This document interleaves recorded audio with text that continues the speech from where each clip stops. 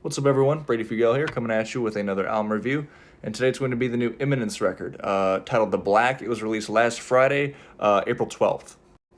Now, right off the bat, I will say I'm coming into this review as a completely new fan, and an optimistic new fan, despite the fact that they are kind of lumped into that new group of metalcore bands that I particularly don't find a whole lot of interest in. But the added layers of the violin, the strings, and more of the atmospheric and melodic aspects of their style of metalcore, I think it really sets it apart from some of the newer metalcore bands nowadays that just aren't really as interesting as the older generations of metalcore bands have been. So that being said, I went into this album with a completely clean slate, ready to expect the worst album ever or the best album ever. So now let's get into it. What do I think of it? And I think the first two tracks on here, Come Hell or High Water and Desolation, really represent the overall sound of this record. Hell or High Water has a great build-up throughout it, and overall is just very climactic, and I think it is a really good song to start the album. It's definitely a bit more on the rock side of things, maybe slightly octane core side of things, which is what I was afraid of. But the overall mood of it and the overall tone and the build-up to the song does make it an interesting song and a good song as a result. And Desolation following it definitely gives me a bit more of what I was hoping for in a sense that there are actual guitar riffs on here. Although I will say this song definitely has a lot less personality than Hell or High Water does. It's a bit more generic, a bit more run-of-the-mill compared to a lot of the other, again, newer metalcore bands that are releasing music. And it isn't until track 3, Heaven Shall Burn, where they really start to hit their stride.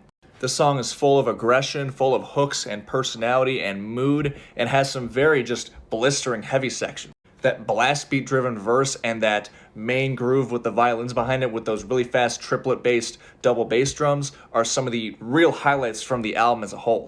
These parts feel very climactic and they mesh together so well, and the song overall has such a good flow and again, distinct feeling. That main violin section has a very cool sort of Eastern vibe to it, which I really like. And this is another song that feels very climactic. I also really like that final come down before the last chorus. It's a very dynamic song. Beyond the Pale is another highlight from this album. I absolutely love that opening riff.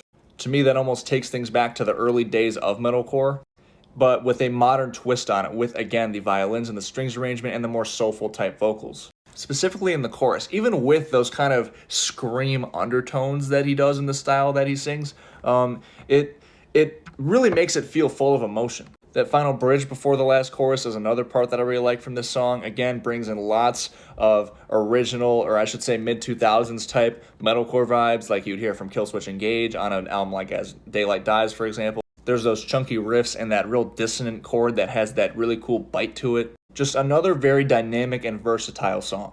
Then you have a song like Death by a Thousand Cuts, which kind of tames things a little bit, not in a way that makes it cheesy or butt rock or anything like that, but a way that is really signified by, again, very soulful vocals and a very good vocal performance at that.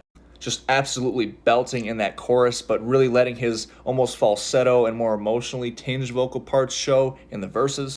The vocals on this song are easily the highlight. They're all over the place, going from screams to belts to growls to, again, the falsetto and the more emotional vocals. This is easily another highlight from this album, and there are 3 in a row now that really stand out. And I would go so far to say that there has not been a single bad song yet on this album. And then you have Come What May, which is the next song on here, which is maybe the heaviest song on the record. Just really comes straight out of the gates with some very fast and aggressive drum sections and breakdown sections that really just takes your head clean off right away. It also has some more string sections behind it that are a little bit more toned down, and it's obvious that the rhythm section is meant to be the shining star of this song. And then about 2/3 of the way through, it calms down, and you get this really moving violin section to close the song, which I fucking love. This is another song that is just so dynamic in the way that it moves from aggressively heavy to a break to extremely emotional and just epic sounding to end. The instrumental track, Cul-de-sac, doesn't do a whole lot for me. I just find that a lot of times these interlude tracks kind of result in the album losing a bit of momentum, which unfortunately is kind of the case here. Because you're getting a Call of the Void, which again has some really cool parts. I love that opening riff with the blast beats behind it. But why couldn't they just go directly to here from Come What May? Why did they need that kind of random interlude in there that doesn't really add to the album or complement the songs?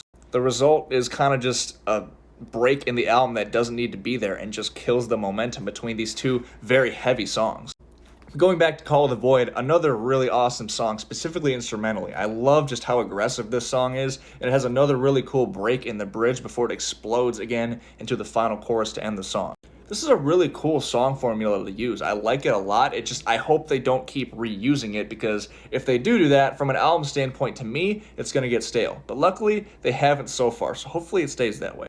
Continuum is the next track, and is another one that is a bit more straightforward. I would compare it a lot to Desolation, the second track, but it does depart from that formula that we've seen in the last two heavier songs on here, which is good. Because the last thing that this album needs right now is to have three very similar song formulas in a row. An album like this in the kind of modern metalcore genre, the last thing that album needs is to start getting stale and similar sounding and uniform in sound.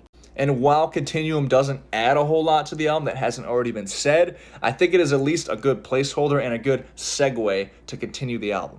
But then you get another interlude track, La Pelle de Vide, which is a lot better than Cul-de-sac was, because it at least has a bit more atmospherics going on. It isn't just random noises for most of the time.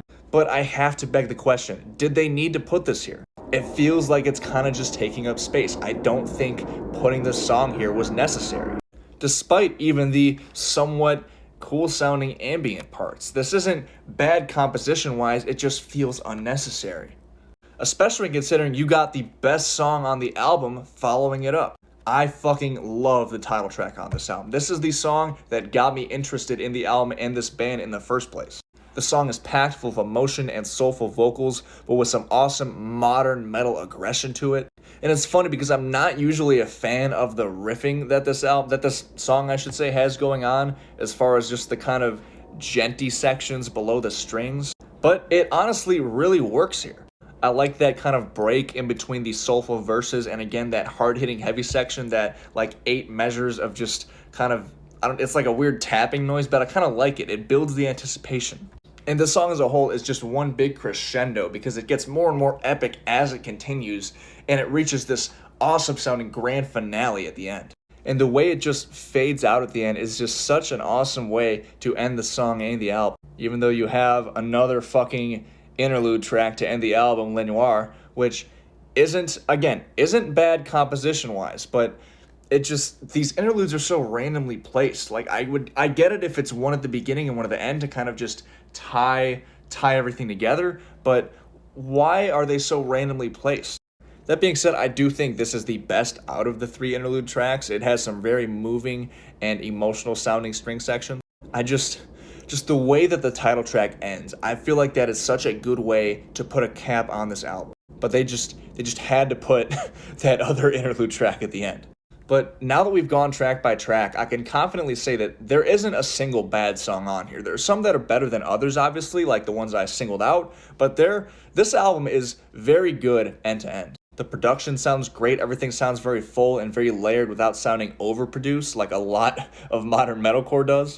And I think really the only way that they could improve on this album, which was a pretty big theme throughout it, is with some of the lyrics. These lyrical themes are all very similar sounding, following in similar veins. They're a bit generic at times where you can't really tell what they're singing about. And the thing that irks me the most about these lyrics, and I understand that a lot of people might disagree with this or even go as far to say that this is a good part of the album or something that adds to the album, but I disagree.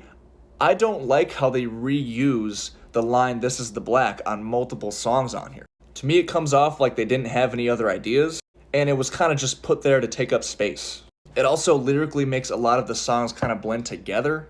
I would get it if it was like an overarching theme on the album, or like a overall concept or story going throughout the whole thing, but when you have multiple songs that follow similar lyrical themes and have similar sounds but don't have clear distinct topics from one another, and you have a repeating lyric among all of them, it kind of makes all the songs lose their lyrical identity. Again, totally just my opinion. I understand a lot of you might actually like that they did that, which I could understand, but it's my review, so I had to point it out. The Black gets a 24 out of 30 for me. Thank you guys very much for watching. Feel free to subscribe for more rock and metal related content, and I'll see you guys later. Peace.